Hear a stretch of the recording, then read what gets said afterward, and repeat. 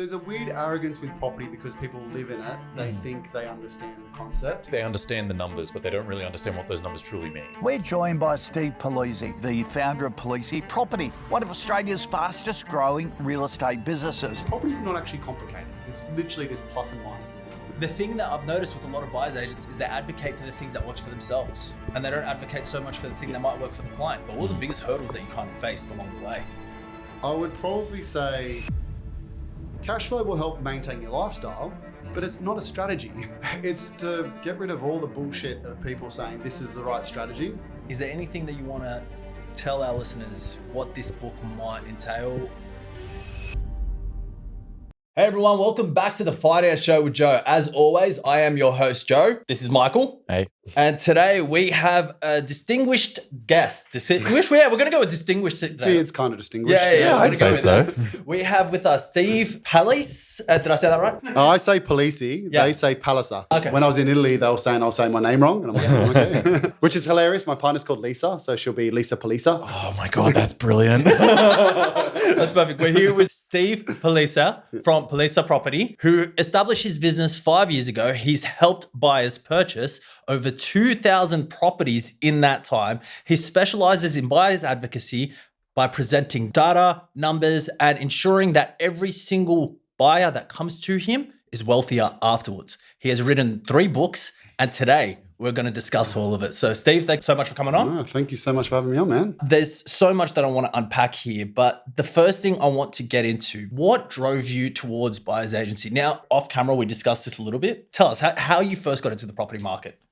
Jealousy of some people, actually. Wow. That's the honest answer, but I'll start at the beginning. So I'm actually a chartered structural mechanical design engineer. Yep. So again, did really well at school, got 99.5 in high school, was like, oh yeah, if you work hard and you're smart, you'll make money. Realized that wasn't the case. So I went and did engineering. You don't earn bad money in engineering, but you never go next level. You're in that kind of 150-ish, and that's kind of it. But I started buying some residential because there was a few young gurus back in the day. It was like the Nathan Birches and Zaki Amirs and all these young guys with like, Nathan Birch went to my high school and he had like 20 properties when he was like 23. I'm like, what am I doing wrong here? Yeah. So I bought my first one in Sydney's West for 230 grand. Wow. That jumped to about 300 grand in the first year. Yeah. So I'm at work being like, why am I working 12-hour days when I've just made like 5 years worth of savings buying a property? Yeah. And then that was the bit of addiction moment. Then I started reading every book and any podcast I could find and stuff, and then slowly accumulated. So when I left engineering, I think I had about 7 residential properties.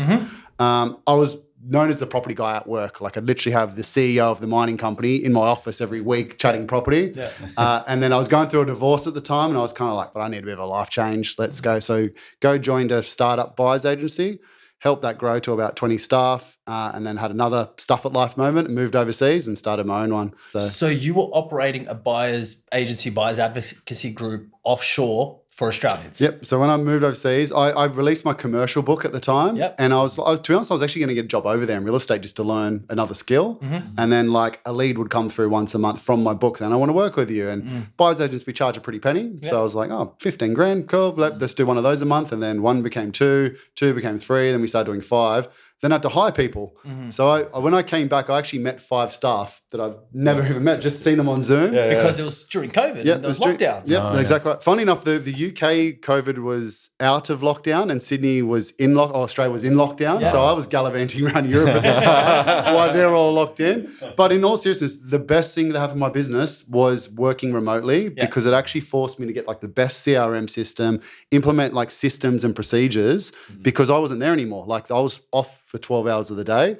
And it meant I could actually scale. I could actually turn up the marketing and just scale it. Whereas if I stayed in Sydney, I just would have been running around doing everything myself. So it just forced, it's like, I need someone for this to fill this period. I'm going to hire someone. I need them to know what I would do in this situation. So let's write a procedure. Let's write so that actually... SOP. Yeah, that's right. So I didn't even know what a SOP was back then. Yeah. So, but then I just wrote all the procedures and then engineered the hell out of my CRM. So everything was ticked off without me doing it.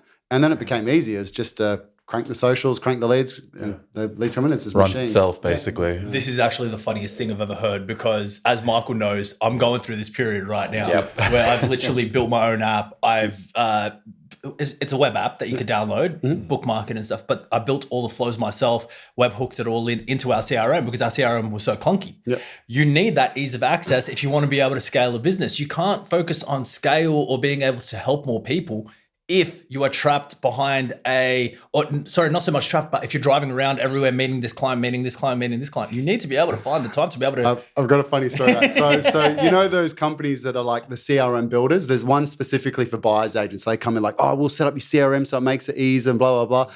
I had an hour Zoom with them. They jumped on, I showed them what I had and they're like, oh yeah, that's 10 times better than ours. I'm like, you're the experts. What are you selling? Right. But we spoke off air about how like I was very productive when I was over there because I had like a 7-hour window where no one disturbed me. Australia was asleep. So that's where I could like work on the CRM, write books, do courses, and it was just way more productive. It also meant I learned I didn't have to be reactive. Most business owners get an email or a call and they're like, let's just show good service. I learned you could actually block out your day and like, cool, this is for calls, this is for emails, this is for self-work. And I actually structured my day around that. So it was literally the best thing that happened to me. Wow, that's actually really amazing. Obviously, we mentioned you started the Buyers Advocacy or the Buyers Agency group back in 2020. Tell our listeners, what were the biggest challenges and the hurdles? I know we've got a lot of solutions that we just discussed, but what were the biggest hurdles that you kind of faced along the way?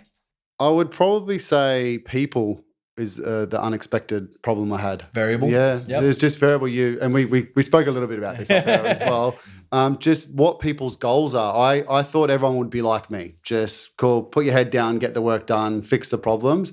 Everyone's got a different goal. Some people want the 9 to 5. Yeah. Some people want the lazy 3-day week and they earn their 150K. Some people would come to me and just be like, oh, I want to be paid 200K. And I'm like, well, you're not making 200K for the business. Where do you think it's going to come from? Oh, yeah, but I want to earn 200K. And you're just like, this is baffling. So the realization of people was probably the biggest challenge for me because the work, telling what a good property is, I can do. Writing a system procedure, doing education, I can do all that. The people were just baffled me a little bit. Yeah, it does. It is a little bit startling. Michael, you're looking at me and I'm looking at you and we're laughing. We're laughing because it's just, I'm looking at myself in 5 years' time and I'm just like, what's going on here? Are we related? Are we cousins? You just remind me so much of my older brother, also 99.5 in his HSC, also was an engineer, got into property as well. I was the bad one of the family. I was the one that was like lazy in school and everything. And then I was like, hey, wait a second, I know how to do maths. So I would have got a maths degree and economics degree afterwards and stuff. So it's just so cool to hear such a forward trajectory of what I could potentially look forward to after, everything is kind of gone. It can be different businesses. And my older brother is probably similar. He didn't do that great in school. He's got like a 20 million plus business in the fruit industry, which is a way simpler industry. Like it's buy fruit, sell it to Coles and Woolies and things like that. There's no NCCP involved with that. Whereas like mine's way more thing, but I get a bigger return. So like I buy someone a property. So I'm less people, but a bigger cost. He's got to do 10 times more, but it's a simpler business. Yeah. So he works well at that. I wouldn't be able to do that because I'm just like, well, I can't add value here. Yeah. But he's got the balls to actually be able to do it. Whereas I sell my expertise, which is, I think, why I'm doing well as well. But it's also, you have it sounds like you've got a genuine passion for wanting to educate people. You wrote your first book in 2020. Where did the inspiration come from to want to do that? Was that a lockdown project? No, that's what finished it. So it took me about a couple of years to write it. It was actually, that was the kick up the bum when COVID, actually, of course, lockdown, no one bought properties for about 2 months. Everyone was just like, world's ending. Yeah. And I literally locked myself in a room like 9 to 5 being like, I need to get this done. Yeah. Funny enough, I wrote the book to stop answering the same questions to annoying clients. Like every sales call, they were like, how do leases work? Who pays the outgoings? And I was just like, a sales call is going for an hour and a half and an hour of it was the same thing. Mm-hmm. So I was like, I'm just going to write a little 20-page ebook, send that to them before the call so they can say, read this. When we have a call, then we chat about the good stuff. Mm-hmm. And then kind of 20 went out to 80. And then I was like, there's probably a book here. Mm-hmm. And then just finished it off. Yeah. I wasn't planning to self-publish it or anything. I was planning to self-publish.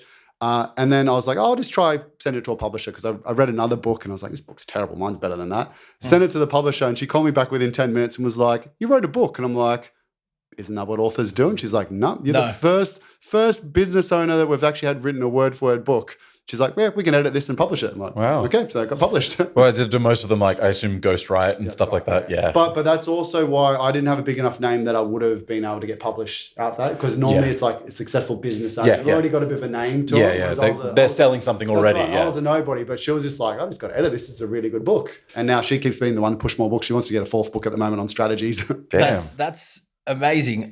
You locked yourself in your room. You're writing out basically a commercial property course. It's the worst thing in the world, by the way. Like, first 20% is exciting. No. 20 to 70% is just the grind of life. It's like pulling out teeth. I'm trying to write a novel, and it's the same thing. PhDs and stuff. And when you get to the last 10, 20%, it gets exciting again. I'm back. But you are always your own harshest critic, because you're looking back at that book and you're going to yourself, I should have added this here. I should have put this formula here. This could have really used a table on this page. And you're kind of sitting there. But you have to remember, from the outside perspective, someone like myself, who back in 2020 knew probably 15% of anything to do with commercial property. If I picked that up and I read it, I would have said, this book is amazing. This guy should write more. Yeah. So I love the fact that you've got the growth mindset and everything, but don't beat yourself up, man. I think, if a publishing company is calling you up for a 4th, you did something well. It's funny you say that. So I probably read the first one 20 plus times, trying to fix everything. My book publisher at the time said, she's like, Steve, getting everything perfect won't sell more books. No. Like when you pick up, you're not going, page 197, he's done a typo here kind of thing. No one's line reading this. That's right. So you get to the thing. And then my second book, I probably read 3 or 4 times. And then the development one twice. It's just like, make sure the content's there, make sure it's correct. Happy days, let's move on. Because the thing is, you're constantly evolving. You're not sitting there thinking to yourself, I'm going to not write again. You're thinking to yourself, okay, how can we do a commercial property update for 2025 or something? I'm assuming that's in your head right now, isn't it? Yeah. But that, to be honest, that's an easy one. But so this brings me to my next question. We've got 2020, we've got the commercial property handbook. We've got 2022, we've got the one on Resi.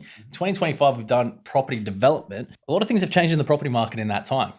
It has, but the way I wrote my books, so my books are called Explain Simply. So it's like commercial property investing explained simply. Resident, it's actually all the fundamentals. So it's actually like a textbook. The book publisher was like, there's nothing on the market of this. You're effectively doing the new, remember the For Dummies books? Oh, yes. It's kind of like you've done like a textbook version of the dummies, whereas most other business owners, because they're not actually writing their books, will do it out in dot points, and then a ghostwriter will fluff it up into dream selling, which is more inspirational. You read those books and you get more motivated. Mine, if you want to know about leases, go to page 160. There's 20 pages on how to analyze a lease, so it's a bit more boring. But because I've done it over data of 30 years, you can extrapolate what you want. So I've actually done interest rates at 5% for my Resi book. Because I looked at the average and I was like, they're 5.5%. Let's go 5%. It's a nice, easy round number when you're doing $1 million assets. But then the tables I have in the book actually go from like 2% to 12%. So you can look at the cash flow on that. So that the fundamentals though with property investing don't change. Just the areas you buy and the returns you get do. And that's what changes the strategy. Hence the 4th book of strategy. We're going to do one on all the different types of strategies, pros and cons. And that might get me away from actually revamping them. But to be honest, going through and changing some figures, nothing's changed in the 5 years of like fundamentals of how you buy property and cash flow versus negatively gearing, all that stuff. It's just updating the figures. But the way I did it, it doesn't actually matter because I had tables I cover both ends of the spectrum. Because you need to plan for that. If interest rates go up, you got to plan for that. If they go down, happy days. But like you got to choose somewhere in the middle. I absolutely love hearing that, because people always come to me and they're like, how do you do when the interest rates are so high? Or how do you build up business when interest rates are low? And you kind of touched on this, and I'm like, you have to understand, people always have a need, and it's the same strategies every single time, only you're turning up different points. Interest rates are down right now. I'm still going to have people say to me, hey, I need to refinance. Okay, I need to save money. When interest rates are higher and the banks are putting up their effective cash rate over and over again, and the customer's not noticing it, guess what? They still need to refinance and save money. The best thing for mortgage brokers are when interest rates are going up or interest are going down, because there's an incentive to go look at your loans. The worst thing is if interest rates stay the same for you guys for 5 years, because then people are like, why am I bothered doing all this effort? So your job's actually easier. But one of the misconceptions I keep getting at the moment is people go, I'm waiting for interest rates to come down, then I'm going to buy. And I'm like, but interest rates went up and property prices went up. So shouldn't it be actually, if we're looking at that logic, it should be the opposite. Interest rates go down, prices go down. But there's this, I don't know where they get it from. There's a basic economic principle: supply, demand. We don't have enough supply in the market. we don't have enough properties on the market for people to be able to go purchase. Michael, you mentioned this a few weeks ago where your dad said, "Oh, why didn't you tell your friends to buy in Mount Druitt?" Please say this again because I just want to say. No, it was basically what it was. It's like, why don't you just? He's sort of one of those people that doesn't believe that it's harder for young people to buy into the market. He's like, just go to Mount Druitt like we all did and just buy something that's really cheap. And I looked at the prices and I'm like, I mean, it's still not that cheap, and I don't know if this is going up either.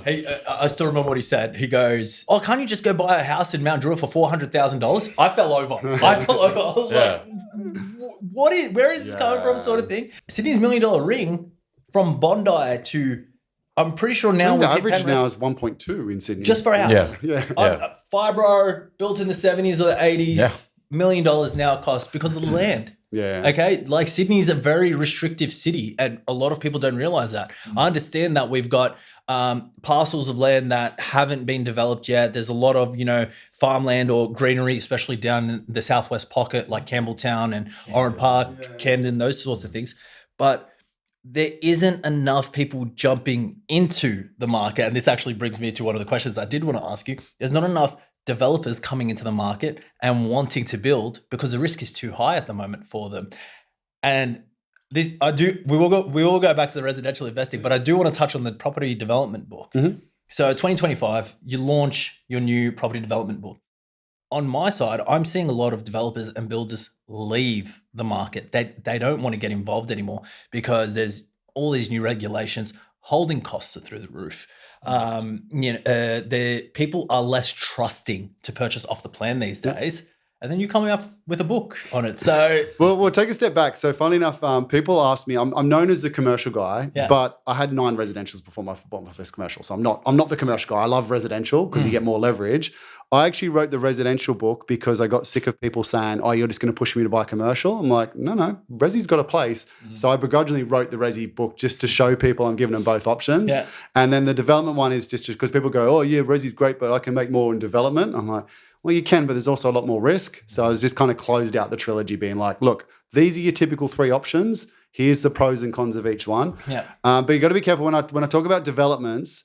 There's 2 scales of developers. Like most mum and dad clients are not building a 10-story apartment off the plan type one.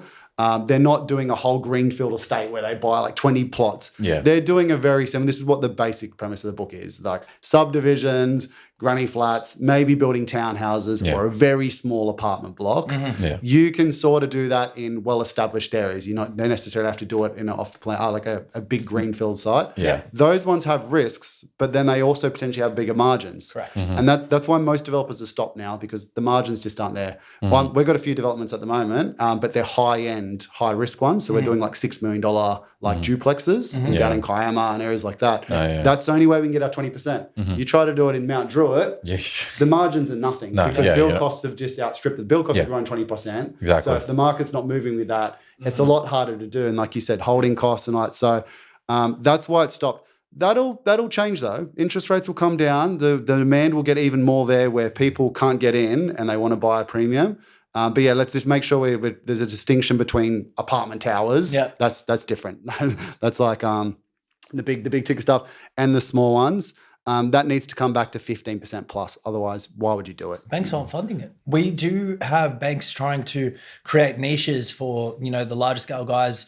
But unless you could show 15% plus profit margin, they won't fund the project. Yeah, well, all the ones we basically have to buy the land cash, and then we can get like with Latrobe a build on completion price. But that's the biggest bottleneck for most people to do. Yeah, but that's also an opportunity. If 99% of people can't do lending, you leave a small group of individuals. If they know what they're doing, you can actually make some money. Mm-hmm. But again, developing is high risk. My partner's actually an insurance broker, and I can't remember the stat. It was something like 50% of developers went bust during COVID.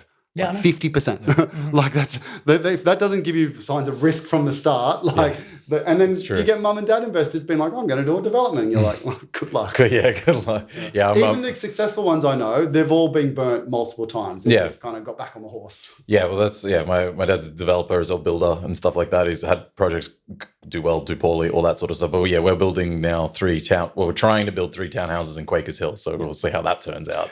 Builders have a better shot because they've got margins on both sides. They've got margins on being the developer and things. So if they've got like, let's say most builders, 20%, 30% margin sometimes? Yeah. And then they're trying to make a 15% margin. If something happens and they lose 15%, at least one entity is still It's picking fine. up the air.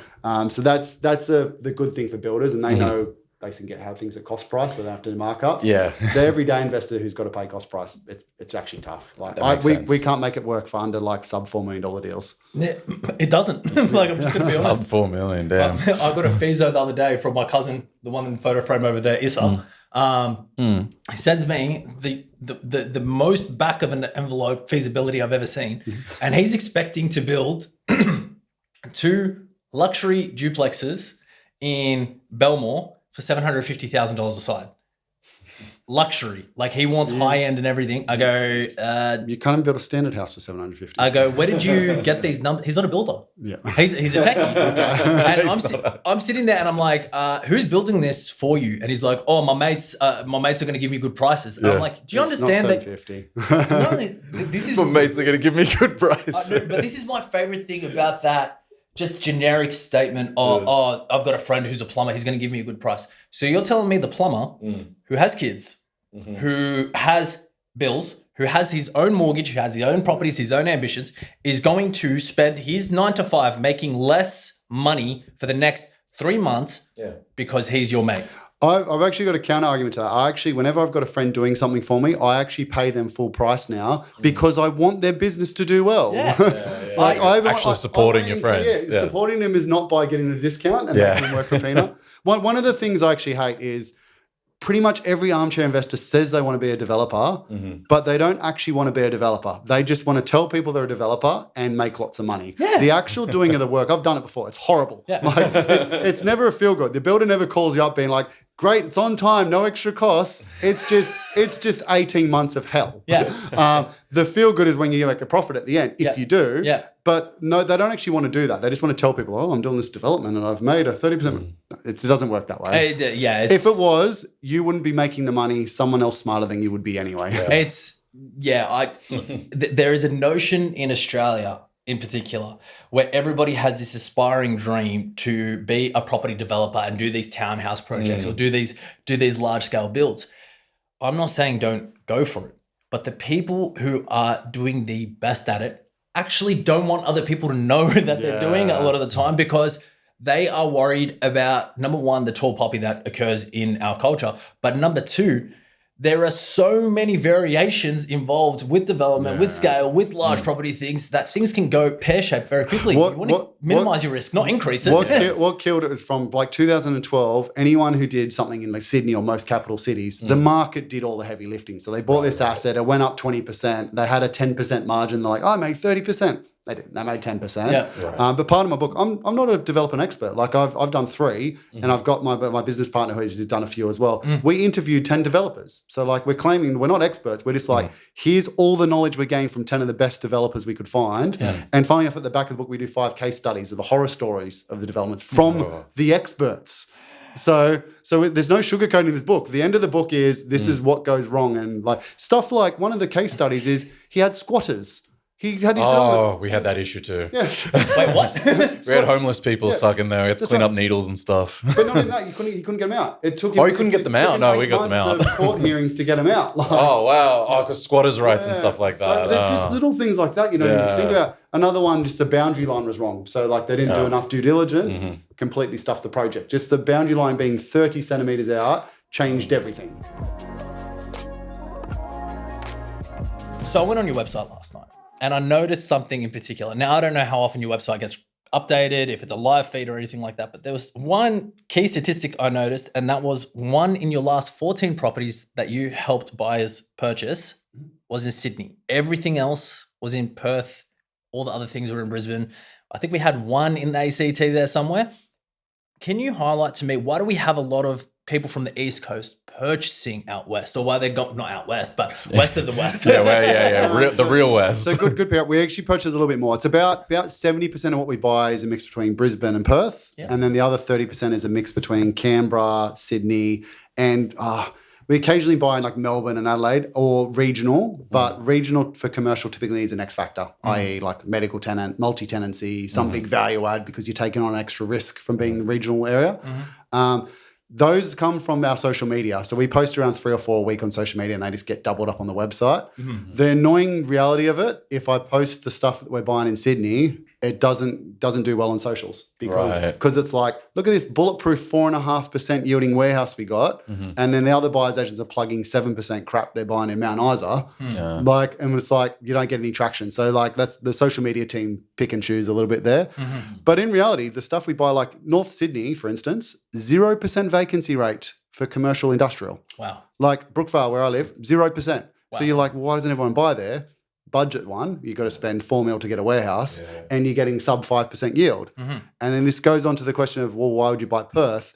Vacancy rates where we buy around 1% there. Wow. Still tight. That's still tightly held area. So that's like 3 months, 4 months vacancy. But you get a 6.5% net yield. So you're getting bigger return, way more bang for buck. You go spend $4 million on Perth, you can get your whole shopping centre. I can get your whole industrial, like with 2 or 3 tenants or freestanding, more value add. So it's the balance between risk and reward. So a lot of the Sydney ones will buy just for like the older clients who want a retirement. The people who are middle-aged and younger, we can take on that little bit more risk by buying in these areas, but you get a better return, a better bang for buck, and the property washes its own face. There's no right answer. Like the other buyers agents buying the 7% yielding ones in mining towns will say, well, we're getting an extra 30% more rent than you, so it can sit vacant for 30% longer. My counter argument, and I know I'm right because it's proved in the last 5 years, is you buy in a tightly held area, you get more capital growth, you get more rental increases, and you have shorter periods of vacancy. Your ROI is way better. But you need to kind of shift with the market. So like most of our stuff we bought in Perth is close to doubled in value. Most of it's 50 to 100% in the last 3 to 4 years.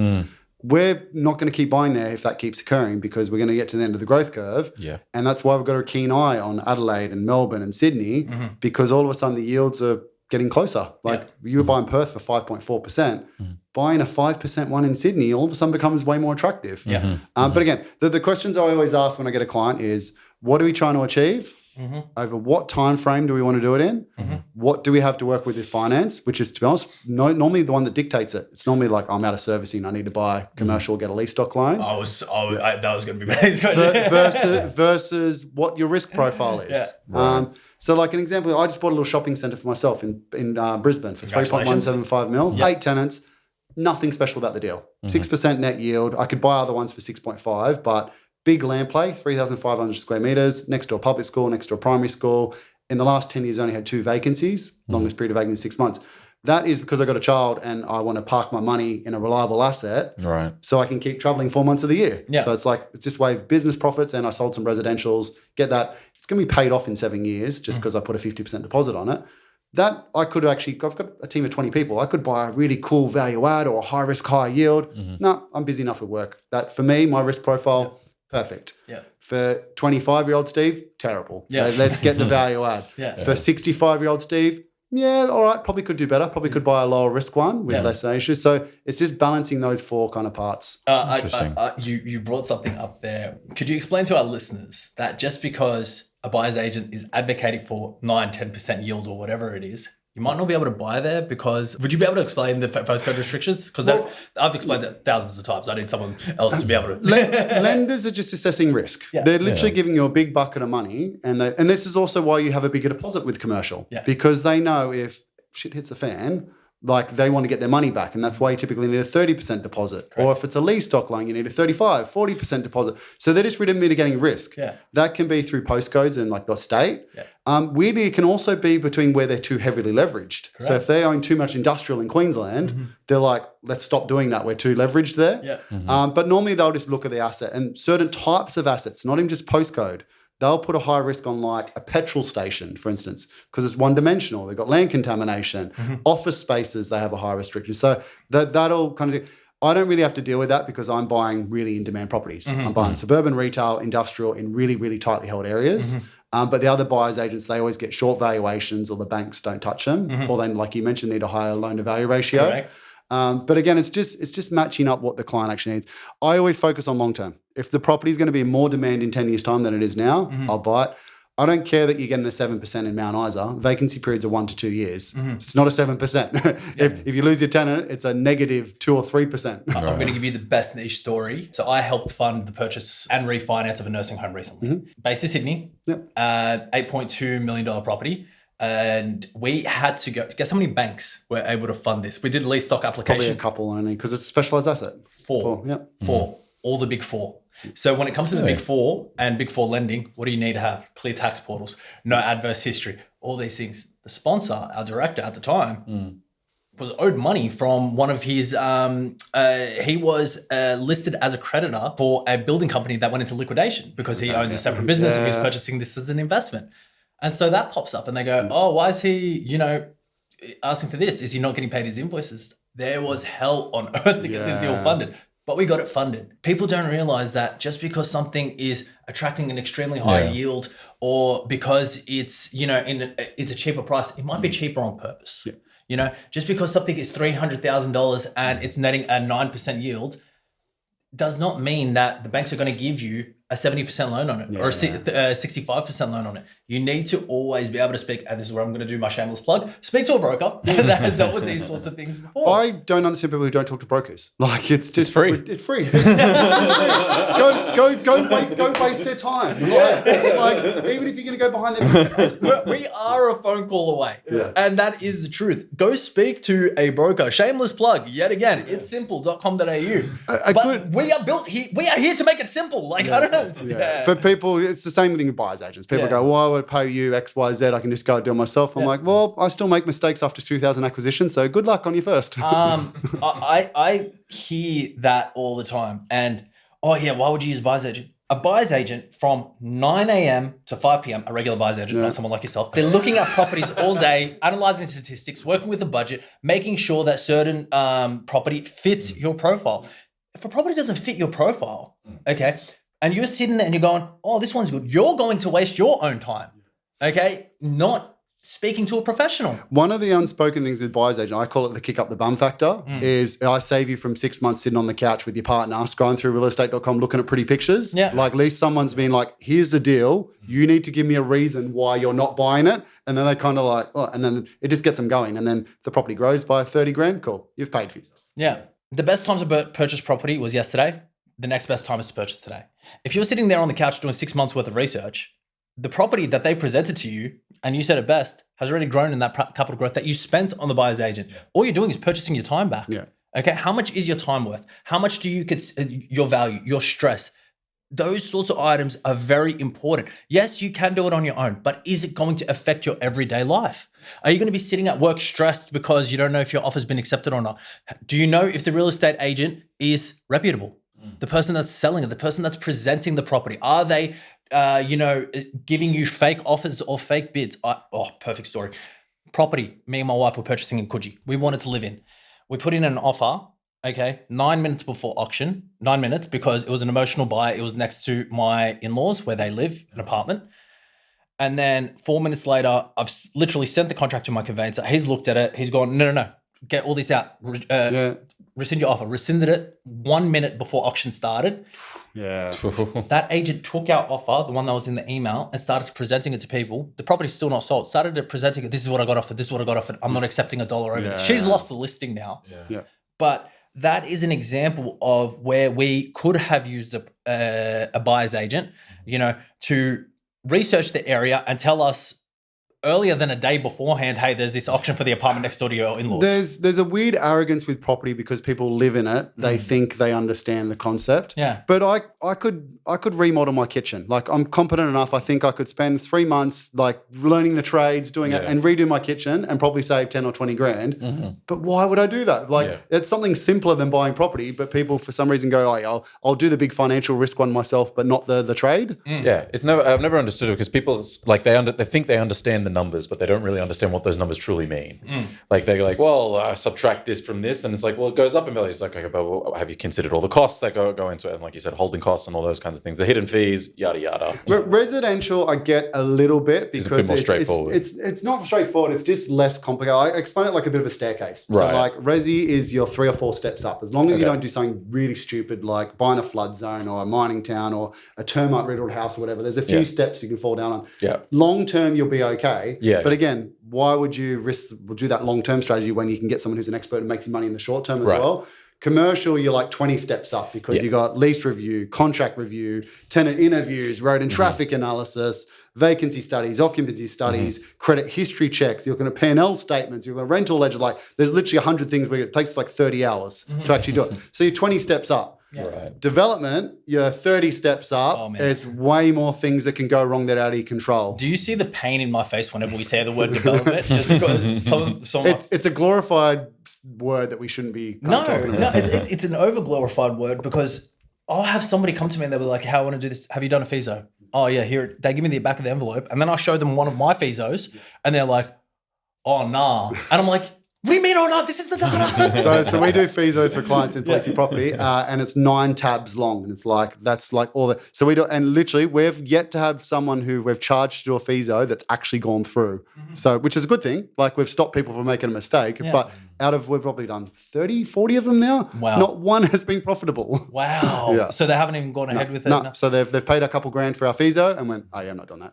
Okay. So could you give us a serious, like a moment where you really saved someone money on that feasibility? Like, let's say you presented it to them. They thought they were going to walk away with 30% profit when in reality, they were actually walking away with, 7% or even a loss. All of them. So most people just don't do the work. Like you mentioned it before about, was it your brother-in-law or brother that does the back of the envelope? No, it was my cousin. Oh, your cousin. Yeah. They all do that. They just go build cost, X, Y, Z. They're not even taking into account like holding costs, which are huge. Yeah. Like 18 months of having a loan is ridiculous. Yeah. And that's if they're doing a little one as well. Most of them are like 1 to 2 mil. Yeah. Having 70 to 100 grand of interest repayments destroys your profit. Yeah. So it's always that. They just don't know what they have to say. Then even all the applications, it's just purchase price, build price, profit. Yeah. It's the old South Park thing. You remember the underpant gnomes? Yes. Where they steal the underpants? They're like, steal underpants. Next step, profit. That's that. We'll be right back for the... He broke this man. There's a few key questions I do want to know because you've written your 3 books. You've got number 4 coming. The manuscript is built out and you're in talks with the publisher. Is there anything that you want to tell our listeners what this book might entail? Anything that, just a couple sneak peeks of the next textbook. It's to get rid of all the bullshit of people saying this is the right strategy, because everyone's got a different strategy. So we're going to break down like 10 different strategies for people. Because the whole like, oh, I'm doing the negative gearing. I'm doing the positive cash flow. I'm going to do the subdivision. I'm going to do the granny flat. I'm going to do the commercial. I'm going to do the development. Like there's all these sub strategies, but you can make all of them work, but they've all got a negative. Yeah. So it's just to get rid of all the noise of like, oh, it's like my biggest pet peeve is when people go, I'm doing the cash flow positive strategy with residential. And I'm like, what does that mean? Like, I'm only going to buy properties that are cash flow positive. And I'm like, you think there's a difference in your whole life of what your portfolio is going to look like if you buy a property that's 5 grand positive versus 5 grand negative? Like, you're an idiot. Like, go pack shelves at Coles one night a week and you'll make up that difference, and you could probably buy a better asset, better depreciation, better location, more capital growth. Like, why are we talking about, like, we should be talking about ROI, not cash flow. Yeah. Cash flow is just a part of it. Cash flow will help maintain your lifestyle, but it's not a strategy. It's not. The strategy is ROI. Look at the capital growth plus the cash flow plus any other return you get from the asset. That's what you should be looking at. The strategy will come based on leverage, and this is where sometimes commercial, and we're bad-mouthing lease doc loans and that, and low doc, that will sometimes help some people. But just look at ROI. Like, look at what you're actually trying to achieve. There's 2 things I want to touch on. Number 1 is I don't look at ROI so much anymore in my own personal investment strategy. I look at ROC, return on capital. If I put $100,000 in, but I'm getting $1 million asset, and that $1 million asset, grows by 20% over the next 2 years, which current property trends are moving that way. People look at ROI and they look at the final purchase price. I bought for $1 million and the property's grown to 1.2. I've got a 20% ROI. yeah, that's a great way to look at it. But look at the return on capital as well. You've invested $100,000. You've made this many principal and interest repayments. You've been able to claim the negative gearing from the interest, and then your principal has gone towards your return on capital as well, or the capital that you're injecting into the property. Your return on capital, if the property's grown by $200,000, is actually higher than that. So that's the thought process. Even taking a step back from it, when you're first initializing your plan, and this is so like with commercial property, we can talk about this. Like you actually get the same capital growth. Funnily enough, Sydney Industrial has beat every other capital city for residential. Anything in Padstow or Canterbury or Bankstown, that M5 corridor. But commercial, we can go into it. Like commercial has the same capital growth, and it actually has to. Anyone who argues with me, I'm like, cool, is commercial expensive? Like, yep. I'm like, how did it get more expensive if it hasn't had the same capital growth? Yeah. So you get the same capital growth, and you also get 3 times the cash flow. So you're like, well, if I'm getting the same capital growth, 3 times the cash flow, why aren't I buying it? And it's the return on capital, because if I'm starting out, I'm 25-year-old Steve, and I've got 150 grand, I can go leverage that up to the eyeballs. And my first properties, I literally got a 90%, then I got 100%, then I got 105%. So I bought 3 properties off a 10% deposit. If I went and bought a commercial at a sub 70% loan to value ratio, I've got literally like 1/5 the less portfolio. Yeah. So I'm not leveraging the money in the right way, which is the whole thing of property. I don't actually care about property. It's all about a game of leverage. It's one asset where banks are like, here's lots of money, Steve, go have some fun. That's why I chose property.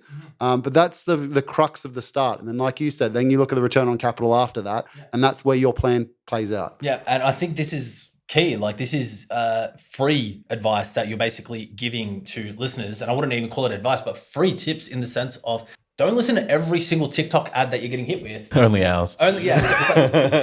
Trust me, don't trust anyone else. The thing that I've noticed with a lot of buyer's agents is they advocate for the things that works for themselves, and they don't advocate so much for the thing that might work for the client.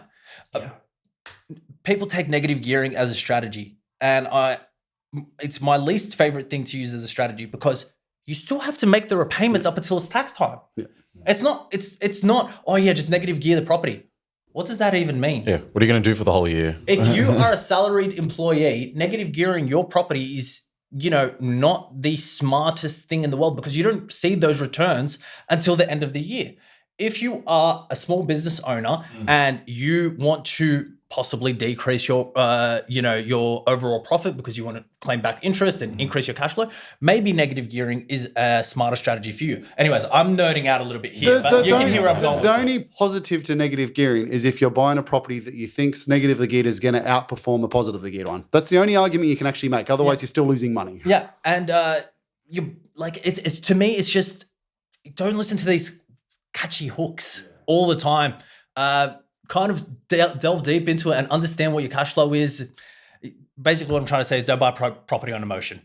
Okay, I think that's the best thing. It's literally, and this is with the buyer's agent as well. It's a business transaction, not me and the client. The buying of the property is a business decision. Like if you're going to buy a property for a business for $1 million and it ran at 35 grand a year loss, and you're like, don't worry, it might be worth 1.5 mil in 5 years' time.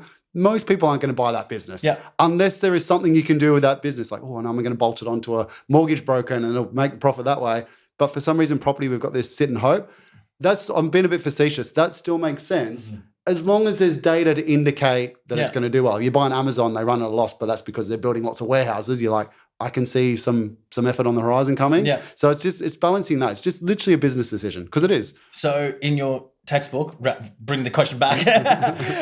So in your textbook, are you highlighting, everything that we just mentioned now, is it all part of your 10 different strategies? Is it all part of, different buyers that have effectively performed using these different strategies as well? Yeah, the good thing and we spoke about our parents like in Mount Druitt and stuff that. And then we were complaining that like, oh, that's an affordable market. They got in easier. They also didn't have access to all this stuff. Like I can literally get hundreds of points of data all over Australia, literally a click of a button. There's a few websites you can do it instantly. Yeah. They didn't have that. And so that's bringing it back to that. But they're going to go through each strategy and actually just say pros and cons and who's it for. That's generally the outcome. Property's not actually complicated. It's literally just plus and minuses. It's simple. It's actually simple. Yeah. But like you said, they hear the noise and they just go down one route. I think ease of access to so many different things, websites, seminars, YouTube videos. I could watch 30 hours on Australian property over the next weekend easily on YouTube. However, most people are lazy. So I'll use an example. So my commercial course is 10 hours long. So you got to watch my face talking nonsense for 10 hours. I filmed 20 hours of content for that course. And my social media team are like, no one is going to spend 20 hours researching this. You need to make it shorter. So we cut it down to 10 hours for the crucial. And then we did some extra like YouTube modules for people who want to get into it. However, most of my clients that come from the course are like, oh, Steve, loved your course, want to work with you. You really know your stuff, yada, yada. What they don't realize on my host site, I can actually see the percentage of the course they've done.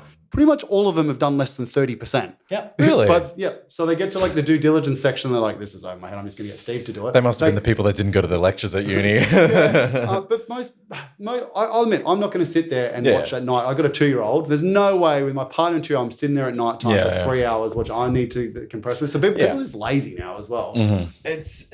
You're saying music to my ears, and it's something that I'm going to just talk about myself, like what I've done in the business. I always try and tell the brokers in the business, salespeople in the business, the human is lazy. We have so many things to distract us and give us instant dopamine hits that people don't want to focus anymore. They don't want to sit there and focus on, building websites, or they don't want to focus and read out all the due diligence, like you just said.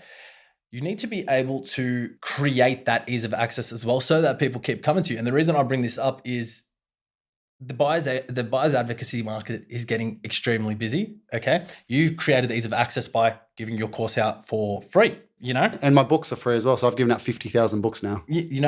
But that's ease of access now. Actually, I'll touch on that quickly because the people are lazy. So the course has had about 15,000 people do it, but not most people do it. What we've done with the book, I find most people come back after holidays and be like, I read your book, because it's the only time they can actually, that's a good medium for some people. They like sit in their lounge chair, they can knock it out in a couple of days.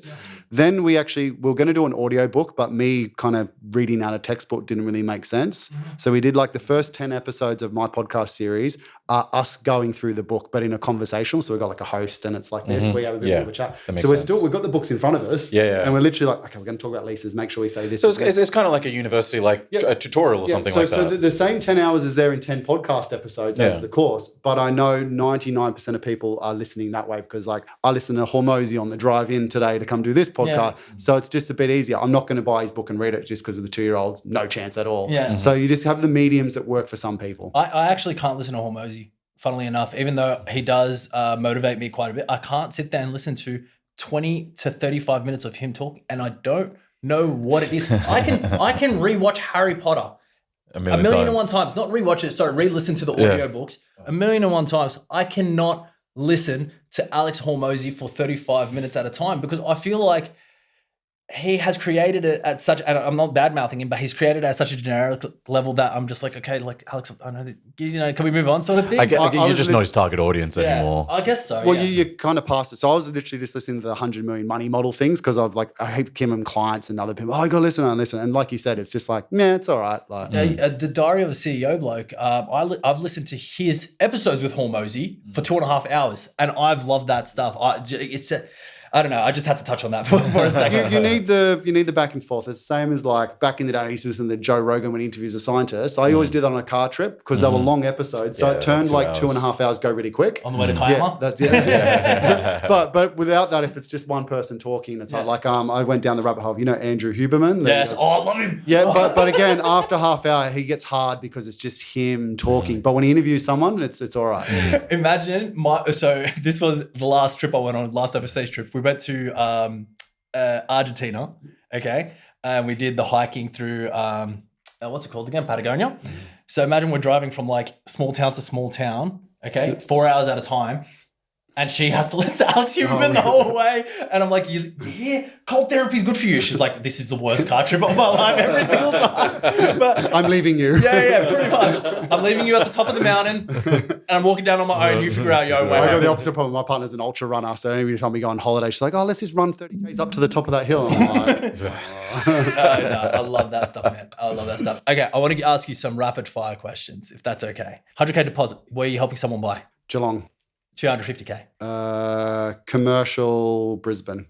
500. Commercial any capital city. I know it's not a rapid answer, but this is the annoying part with commercial.